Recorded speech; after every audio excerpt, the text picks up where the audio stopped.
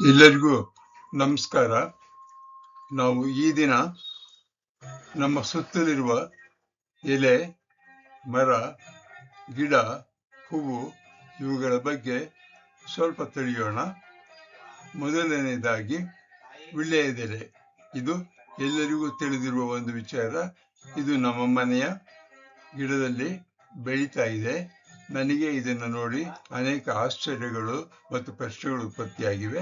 ಇವತ್ತು ವೀಳ್ಯದೆಲೆ ಬಗ್ಗೆ ಮತ್ತೆ ಸ್ವಲ್ಪ ಹೇಳ್ತೀನಿ ಮತ್ತು ಅದರ ಒಂದು ಹೂವಿನ ಬಗ್ಗೆ ಸ್ವಲ್ಪ ಹೇಳ್ತೀನಿ. ಬನ್ನಿ ನೋಡೋಣ. ಇಲ್ಲಿ 3 ವೀಳ್ಯದೆಲೆಯ ಚಿತ್ರಗಳನ್ನು ಕೊಟ್ಟಿದ್ದೀನಿ.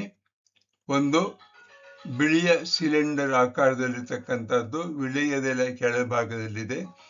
ಇನ್ನೊಂದು ಬಿಳಿಯ ಸುರುಳಿ, ಎರಡನೇ ಚಿತ್ರ. ಅಲ್ಲಿ ಬಿಳಿಯ ಸುರುಳಿ ಅದು ಸಿಲಿಂಡರ್ ರೂಪದಲ್ಲಿ ಕಾಣಿಸುತ್ತೆ, ಆದರೆ ಹತ್ತಿರ ಹೋಗಿ ನೋಡಿದಾಗ ಅದು ಸುರುಳಿಕೊಂಡಿರುತ್ತೆ, ಸುರುಳಿಯಾಗಿರುತ್ತೆ.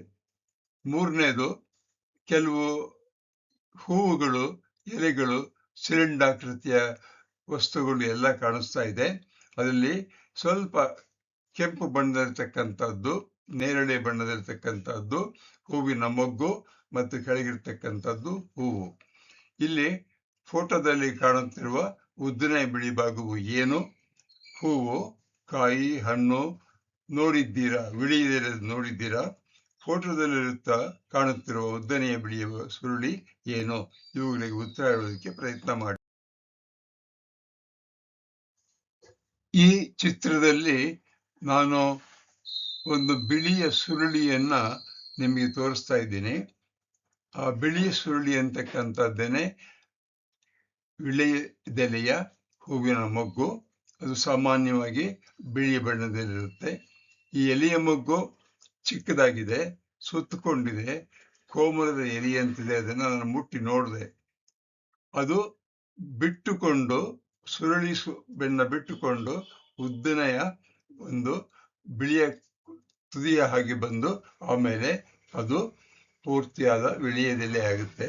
ಒಂದು ವೀಳ್ಯದೆಲೆಯ ಮೊಗ್ಗು ಹೊಸ ಎಲೆ ಆಗುವುದಕ್ಕೆ ಎಷ್ಟು ದಿನ ಬೇಕು ಅಂತ ನನಗೆ ಗೊತ್ತಿಲ್ಲ. ಅದನ್ನು ನಾನೀಗ ಕಂಡುಹಿಡಿಯುವ ಪ್ರಯತ್ನ ಮಾಡ್ತಿದ್ದೀನಿ. ನಿಮ್ಮ ಮನೆಯಲ್ಲಿ ವೀಳ್ಯದೆಲೆ ಇದ್ರೆ ನೀವು ಸಹಿತ ಒಂದು ವೀಳ್ಯದೆಲೆಯ ಮೊಗ್ಗು ಪೂರ್ತಿಯಾದ ವೀಳ್ಯದೆಲೆ ಆಗುವುದಕ್ಕೆ ಎಷ್ಟು ಸಮಯ ಬೇಕಾಗುತ್ತೆ, ಎಷ್ಟು ದಿನ ಬೇಕಾಗುತ್ತೆ, ಅದರ ಬಣ್ಣಗಳು ಯಾವ ರೀತಿ ಬದಲಾವಣೆ ಆಗುತ್ತೆ ಅಂತಕ್ಕಂಥದ್ದನ್ನ ಮಕ್ಕಳಿಗೆ ನಾವು ಪ್ರಾಜೆಕ್ಟ್ ಆಗಿ ಕೊಡಬಹುದು. ಈ ಚಿತ್ರದಲ್ಲಿ ವೀಳ್ಯದ ಎಲೆಯ ಕೆಳಭಾಗದಲ್ಲಿರುವ ಒಂದು ಬಿಳಿಯ ಸಿಲಿಂಡರ್ ಆಕೃತಿಯ ಒಂದು ವಸ್ತು ಏನು? ಅದು ಹೂವಿನ ಮೊಗ್ಗೆ ಅಥವಾ ಎಳೆಯ ಸುರುಳಿಯೇ ಏನು ಅಂತ ಹತ್ತಿರ ಹೋದಾಗ ಗೊತ್ತಾಗುತ್ತೆ. ಇದು ಒಂದು ಹೂವಿನ ಮೊಗ್ಗು. ಇದು ವೀಳ್ಯದೆಲೆ ಗಿಡದ ಗಂಡು ಹೂವಿನ ಕದಿರು ಅಂತ ಕರೀತಾರೆ.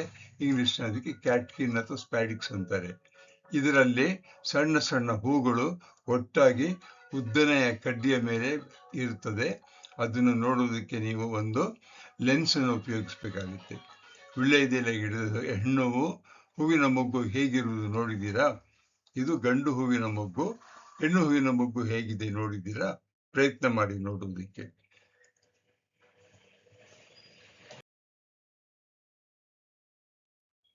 ಇಲ್ಲಿ ವೀಳ್ಯದೆಲೆ ಅಂದ್ರೆ ಬೀಟಲ್ ಅಂತ ಹೇಳ್ತೀವಲ್ಲ, ಅಲ್ಲಿ ಬೆಟ್ಟಲ್ ಅಂತ ತಪ್ಪಿದಿದೆ, ಬೀಟಲ್ ಅಂತ.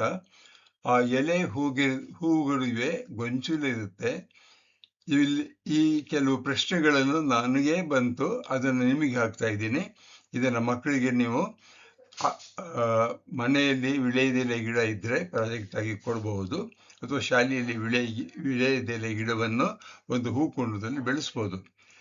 ಎಲೆಯ ಆಕಾರ ಹೇಗಿದೆ? ಹೃದಯದ ಆಕಾರ ಯಾತಕ್ಕೋಸ್ಕರ ಇದೆ? ಎಲೆಯನ್ನು ಮುಟ್ಟಿದರೆ ಹೇಗೆ ಅನಿಸುತ್ತೆ? ನಯವಾಗಿದೆಯಾ, ಒರಟಾಗಿದೆಯಾ? ಎಲೆಯ ಮೇಲೆ ಎಷ್ಟು ಮುಖ್ಯ ನಾಳುಗಳಿವೆ? ಎಣಿಸಿ ನೋಡಿ. ಎಲೆಯ ಬಣ್ಣ ಮೇಲ್ಭಾಗದಲ್ಲಿ ಹೇಗಿದೆ, ಕೆಳಭಾಗದಲ್ಲಿ ಹೇಗಿದೆ? ಎಲ್ಲ ಎಲೆಗಳು ಒಂದೇ ಹಸಿರು ಬಣ್ಣದಲ್ಲಿವೆಯಾ? ಎಲೆಯ ಪಕ್ಕದಲ್ಲಿ ನೇತಾಡುತ್ತಿರುವ ಬಿಳಿಯ ಬಣ್ಣದ ಉದ್ದನೆಯ ಭಾಗ ಏನೆಂದು ಕರೆಯುತ್ತಾರೆ? ಇದು ಹೂವೇ, ಕಾಯಿಯೇ?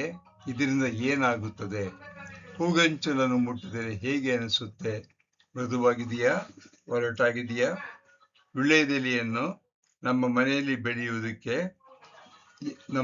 ಬೆಳೆದು ವೀಳ್ಯದೆಲೆಯನ್ನು ಯಾವುದಕ್ಕೆ ಉಪಯೋಗಿಸುತ್ತಾರೆ? ಈ ಗಿಡಕ್ಕೆ ಬೆಳೆಯಲು ಆಸರೆಯ ಅವಶ್ಯಕತೆ ಏಕೆ ಬೇಕು? ವೀಳ್ಯದೆಲೆಯಿಂದ ನಮಗೆ ಏನು ಅನುಕೂಲವಾಗುತ್ತೆ?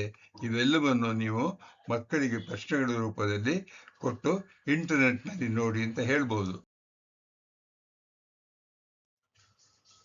ವೀಳ್ಯದೆಲೆ ಗಿಡದ ಬಗ್ಗೆ ಕೆಲವು ಪ್ರಶ್ನೆಗಳನ್ನ ನಾನು ಕೇಳಿದ್ದೀನಿ. ಹೆಣ್ಣು ಹೂವಿನ ಕದಿರು ಹೇಗಿರುತ್ತದೆ? ಅದರ ಆಕಾರ ಏನು?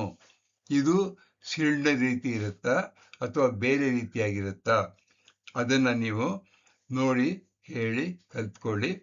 ಇದರ ಬಗ್ಗೆ ಹೆಚ್ಚು ವಿಚಾರ ಬೇಕು ಅಂದರೆ pmc.ncbi.nlm.nih.gov ಅಂತಕ್ಕಂಥ ಒಂದು ಇಂಟರ್ನೆಟ್ನಲ್ಲಿ ನೋಡಿ ನಿಮಗೆ ಗೊತ್ತಾಗುತ್ತೆ. ಮತ್ತು ಗಂಡು ಹೂವಿನ ಬಗ್ಗೆ, ಹೆಣ್ಣು ಹೂವಿನ ಬಗ್ಗೆ ಹೆಚ್ಚು ತಿಳಿಯಲು ನೀವು ಈ ಒಂದು ಕೆಳಗೆ ಕೊಟ್ಟಿದ್ದೀನಲ್ಲ, pmc.ncbi.nlm.nih.gov ಅಂತಕ್ಕಂಥ ಒಂದು ಇಂಟರ್ನೆಟ್ಟಿನ ಒಂದು ಆಶ್ರಯವನ್ನು ಪಡೆದು ನೀವು ತಿಳ್ಕೋಬಹುದು. ಈ ಒಂದು ಯೂಟ್ಯೂಬಿಗೆ ಬರೆದಿರುವ ಈ ಒಂದು ಪ್ರೆಸೆಂಟೇಷನ್ ಇದೆಯಲ್ಲ, ಇದು ನನ್ನ ಕಲ್ಪನೆ, ನಾನೇ ತಯಾರು ಮಾಡಿದ್ದೀನಿ. ಇಮೇಜ್ ಚಿತ್ರಗಳನ್ನು ನಾನೇ ಹಿಡಿದಿದ್ದೀನಿ, ಧ್ವನಿಯನ್ನು ನಾನೇ ಕೊಟ್ಟಿದ್ದೀನಿ. ನಾನು CG Nagaraja, retired head master of demonstration multipurpose school, Mysuru. ಅಂಶಗಳನ್ನು ಇಂಟರ್ನೆಟ್ನಿಂದ ತಗೊಂಡಿದ್ದೀನಿ. ಯೂಟ್ಯೂಬ್ನವರಿಗೆ ಧನ್ಯವಾದಗಳು. ನೀವು ನೋಡಿ ಕಲಿತುಕೊಳ್ತೀರಾ ಅಂತ ನಾನು ಅನಿಸಿಕೊಂಡು ಇದನ್ನು ಬರೆದಿದ್ದೀನಿ.